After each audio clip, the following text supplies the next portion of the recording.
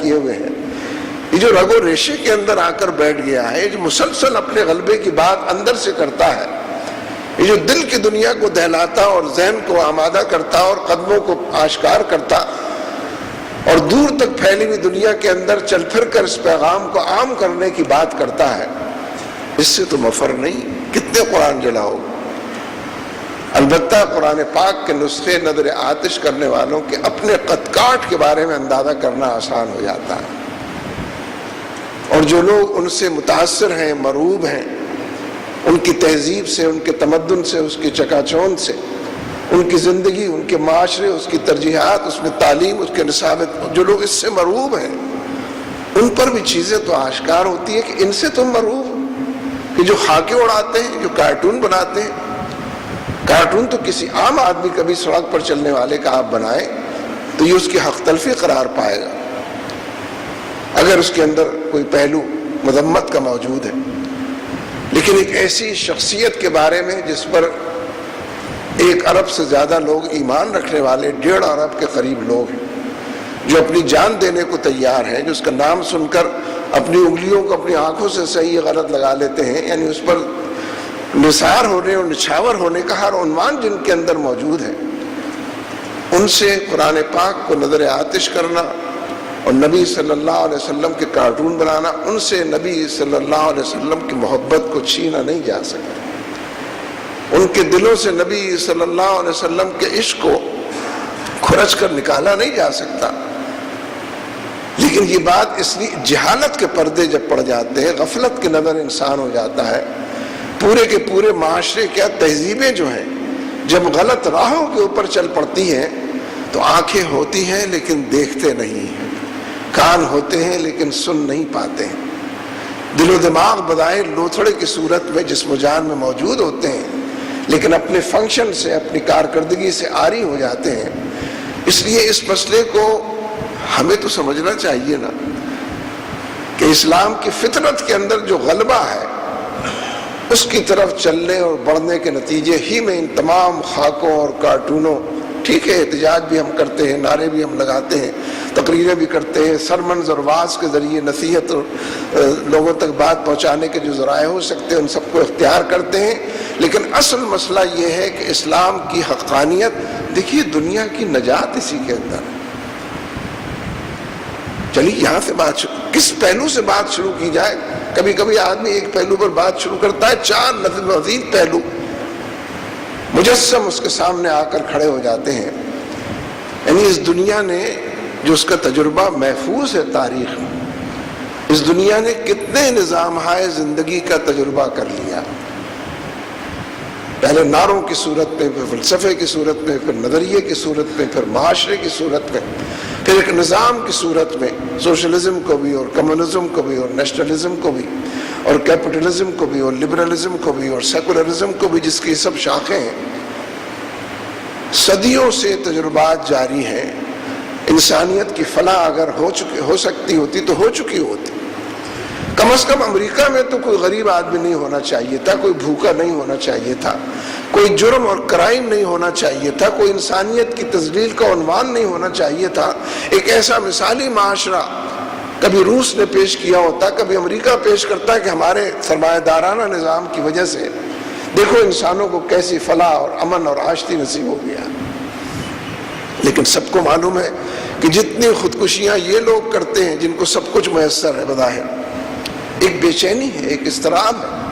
ایک طمانینت سے دور زندگی کہیں گزر رہی ہے، بسر ہو رہی ہے، بظاہر مادی حوالوں سے وہ تمام چیزیں موجود ہیں جن کو کھلونے کہیں، لیکن وہ ذہن و دل کی تشفی کا سامان اور انسانی فطرت کی تسکین کا سامان نہیں فراہم کرتا۔ اس لیے تمام نظام ہائے زندگی، یہ جس کیپٹلزم کی آج بات ہوتی ہے اور جس کے تحفظ کے لیے امریکی صدر اور دوسرے لوگ تقریریں کرتے ہیں، باقی سب کورس کے انداز میں اس کی ہاں میں ہاں ملاتے ہیں، یعنی ان کی معراج اور بلندی یہ ہے کہ انہوں نے اسامہ بن لادن کو شہید کر دی۔ کتنی بڑی خبر ہے، اتنا بڑا امریکہ، اتنی اس کی فوج، اتنے نیٹو کی فوج ہے، شرم نہیں آتی تم کو کہ ایک آدمی کو شہید کر کے تم کہتے ہو بڑی کامیابی ہم نے حاصل کر لی؟ تمہیں تو ڈوب مرنے کا مقام ہی کوئی کامیابی ہے؟ ایک آدمی کو قتل کر دینا، شہید کر دینا۔ تو تمہارے پاس تو لاکھوں کی تعداد میں، یعنی ذرا ہنسنے کا مقام تو ہے نا. لیکن ہمارے اپنے ہی لوگ ماشاءاللہ ایسے ہیں کہ اس کو فتح اور نصرت اور فتح مبین قرار دیتے ہیں وزیر اعظم صاحب. تو یہ طے کرنا مشکل ہوتا ہے کہ پہلے اوباما پر ہنسیں یا پہلے اپنے وزیر اعظم پر ہنسیں. یہ چلیے یہ نہ کہیں پہلے اوباما پر روئیں یا اپنے وزیر اعظم پر روئیں، یا ایک پہ ہنسیں اور ایک پر. یہ طے کرنا ہی مشکل ہو جاتا ہے whether to laugh or to weep، یعنی یہ طے کرنا مشکل. لیکن اگر واقعی دنیا کی ساری طاقتوں نے مل کر اور دنیا کی 70% فوج نے مل کر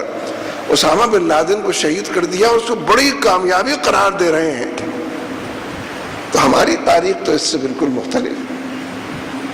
ہم تو انسانی سطح پر بھی ایسے لوگوں کو کہ جو اس معاملے میں کلابازیاں کھا رہے ہیں اور تاریخ کے پل باندھ رہے ہیں، کم از کم سمجھنے کے لیے یہ بات کافی. اسامہ بن لادن بھی بلا شبہ ایک فرد تھا جس کو قتل کیا جا سکتا تھا، ہلاک کیا جا سکتا تھا، شہید کیا جا سکتا تھا. اور اگر کہا جا رہا ہے چلیے مان لیتے ہیں کہ اس کو شہید کر دیا گیا، لیکن وہ ایک علامت بھی بن کر ابھرا ہے، مزاحمت کی علامت. امریکی جارحیت، مغرب کے ظلم کے مقابلے میں، انسانوں کی دشمنی کے مقابلے میں، فوجوں کے بل پر انسانی معاشرے کو تباہ کرنے کی جو ریت اور روایت مغربی اقوام نے ڈالی، اس کے مقابلے میں ایک مزاحمت تھا، ایک ریزسٹنس تھا، ایک کیفیت اس کی جو تھی مزاحمت کار کی تھی، جذبہ جہاد سے، شوق شہادت سے سرشار تھا. ہماری اصطلاحیں تو یہ ہیں، مزاحمت ہماری اصطلاح نہیں ہے. ہماری اصطلاح تو جہاد اور شہادت اور شوق شہادت کی اصطلاحیں ہیں. تو آپ کا کیا خیال ہے، کبھی تاریخ میں ایسا ہوا ہے جب اس طرح کے لوگ بظاہر شہید کر دیے جاتے ہیں تو ان کے ہر قطرہ خون سے درجنوں اسی طرح کے لوگ جنم لیتے ہیں، انہی جذبوں کے ساتھ اپنے آپ کو زندہ اور تابندہ اور بنوانے کی کوشش کرتے ہیں. اس لیے بنیادی بات تو یہ ہے، بات میں یہ کر رہا تھا کہ یہ تمام نظام اپنے اندر اگر کوئی کشش تھی تو وہ کھو چکے، اور اس کا سب سے بڑا ثبوت یہ ہے کہ آج دنیا میں کسی نظام کے حق میں نعرہ نہیں لگتا. کوئی نعرہ نہیں لگاتا کہ سرمایہ دارانہ نظام زندہ باد، سوشلزم زندہ باد، قوم پرست، کوئی بھی نہیں لگاتا نعرہ.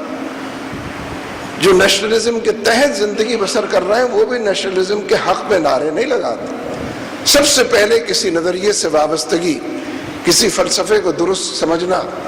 کسی زندگی گزارنے کے طریقے کو بہتر جاننے کا عنوان ہی یہ کہ اس کے حق میں نعرے لگیں. اور سب کو یہ بات معلوم ہے کہ جس معاشرے میں یہ تہذیبی اور سرمایہ دارانہ نظام رائج ہے، سال میں کم از کم 3-4 مرتبہ بڑے مواقع پر جب G8 کا اجتماع ہوتا ہے، دنیا کے بڑے سرمایہ دار 8 ممالک کا دولت مند امیر ترین لوگوں کا اجتماع ہوتا ہے، تو جہاں یہ اجتماع ہو رہا ہوتا ہے وہاں اس کے باہر ہزاروں کی تعداد میں اور کبھی کبھی لاکھوں کی تعداد میں لوگ اس کے خلاف مظاہرہ کر رہے ہوتے ہیں، اسی کیپٹلزم کے مقابلے میں نعرے لگا رہے ہوتے ہیں. وہ کہہ رہے ہوتے ہیں کہ سرمایہ دارانہ نظام نے سرمایہ کو گردش نہیں دی، یہ سرمایہ محدود ہو کر چند ہاتھوں میں مرکوز ہوتا جا رہا ہے، امیر کو امیر، غریب کو غریب، محروم کو محروم، اور جس کو مل گیا اس کی عطا اور بخشش میں اضافے کا سبب بن رہا ہے. یعنی ان کے خلاف نعرے لگانے والے، میں اور آپ جو بات کریں وہ تو خیر کرتے ہی ہیں، لیکن ان کے معاشرے کے لوگ اس نظام کے حق میں کوئی نعرہ نہیں لگاتے. ایک اور پہلو بھی ہے، دیکھیے بہت سے لوگوں کا اس دائرے کے اندر پہلے سے بھی عمل دخل ہوگا. یہ اسامہ بن لادن کے بعد جو کچھ لکھا گیا اور کہا گیا، ہمارے اپنے معاشرے کے اندر جو لوگ اپنے آپ کو سیکولر کہتے ہیں، میں نام نہیں لے رہا کسی کا، لیکن جو اس کے دعوے دار ہیں، سیکولر کالم نگاروں نے، سیکولر اداریہ نویسوں نے اسامہ کے حق میں دلائل دیے ہیں، اور امریکہ اور اس کی جارحیت اور اس کے ارتکاب جو اس نے کیا ہے اس حوالے سے ان کے خلاف دلائل دیے ہیں. سیکولر لوگوں سے یہ کام سرزد ہوا. اس کا مطلب ہے آپ کی پیش رفت ہو رہی ہے نا، اس لیے کہ آپ ایک دعوت کی حیثیت رکھتے ہیں، ایک غلبہ، ایک نظام جو غلبہ چاہتا ہے اس سے تعلق رکھتے ہیں، اس لیے فی الاصل پاسباں مل جاتے ہیں کعبے کو صنم خانے سے. اس لیے اس منظر نامے کو بھی قریب سے دیکھنے کی ضرورت ہے. اور باہر کی دنیا کے جو لکھنے والے کچھ تجزیہ نگار تو معلوم ہے، چومسکی وغیرہ، کہ وہ تو اس معاشرے کے اور اس کی اقدار کے خلاف مسلسل لکھتے رہے ہیں، بولتے رہے ہیں، لیکن نئے لکھنے والے اور نئے بولنے والے بھی میسر آئے اسی معاشرے کے اندر رہنے والوں میں سے۔ اس کا مطلب یہ ہے کہ یہ کردار جو ہے، جو اسامہ کا کردار تھا، اس کردار نے ان گنت لوگوں کو اپنا ہمنوا بنا لیا ہے جو مخالف تھے پہلے، ان گنت لوگوں کے قلم کو مثبت پیرائے میں کچھ کہنے اور لوگوں تک پہنچانے کا اسیر بنا لیا۔ اس لیے میں اس بات کو بار بار کہتا ہوں کہ دعوت کے میدان میں کیا ہوا کام ضائع نہیں جاتا۔ بظاہر لگتا ہے کہ ہم کب سے وعظ و نصیحت کر رہے ہیں، بظاہر لگتا ہے کہ ہم کب سے لوگوں سے ملاقاتیں کر رہے ہیں، کبھی کبھی لگتا ہے کہ حاضری تو بڑھتی نہیں ہے، تعداد، یہ پیمانے ہیں موجود لیکن ناکافی پیمانے ہیں۔ ان پیرامیٹرز پر چیزوں کو ناپا تولا ایک حد تک جا سکتا ہے، زیادہ نہیں۔ دل کے اندر جو ہوک اٹھتی ہے، دل و دماغ کی دنیا کے اندر جو کشمکش پیدا ہوتی ہے، اس کا احاطہ کرنے والے، حقیقت یہ ہے کہ کوئی پیمانے موجود، اور یہ جو دعوت اللہ ہے، اللہ کی طرف بلانے کا کام، اس کے تو آخرت میں تو ضائع ہونے کا خیر کسی کے ذہن میں کوئی بات نہیں ہے، اجر وہاں پہ ملنا ہی ملنا ہے، لیکن ان مادی معاشروں کے اندر بھی جو لوگ بظاہر آپ کا ہاتھ جھٹک کر الگ ہو جاتے ہیں، بھائی بہت سن لی آپ کی باتیں، کافی عرصے سے سن رہے ہیں، اس کے باوجود یہ کام برگبار لاتا ہے، نتیجہ خیز ہوتا ہے، یہ بیج ادھر ادھر پڑا نہیں رہ جاتا ہے دعوت کے دائرے کا۔ لہذا میں اس موقع کی مناسبت سے یہ بات کہنے کی پھر جسارت کروں گا کہ دعوت کے حوالے سے کوئی کوتاہی اور پہلو تہی نہیں ہونی چاہیے۔ دعوت کا مطلب یہ کہ اسلام کا پیغام لوگوں تک پہنچانا، عمل کے لیے لوگوں کو ابھارنا، آمادہ کرنا، اللہ سے تعلق کو جوڑنے کی بساط بچھانا اور اس کو دور تک پھیلانا، پہنچانا، اور یہ بات لوگوں کو باور کرانا کہ اس معاشرے کے اندر بھی، مادی معاشرے میں، سب سے زیادہ آسان اگر کوئی تعلق کی بنیاد ہے تو وہ اللہ کے ساتھ۔ باقی سب ناراض ہو سکتے ہیں اور منانے کے باوجود ہو سکتا ہے نہ مانے، چھوٹی چھوٹی باتوں پر لوگ بکھر جاتے ہیں، ساری عمر تم سے بات نہیں کروں گا، یہ بات تمہاری زبان سے نکلی، صرف ایک اللہ تبارک و تعالیٰ کی ذات ہے کہ جس جو اگر ناراض ہو تو اس کو منایا جا سکتا ہے، جو اگر روٹ جائے تو اس کی طرف جایا جا سکتا ہے، اور اس نے اس بات کو اتنے مختلف پیرائے میں جا بجا بیان کیا ہے جس سے لگتا ہے کہ وہ تو ہر وقت راضی ہونے کو تیار ہے، ہم ہی بھول جاتے ہیں اس کو۔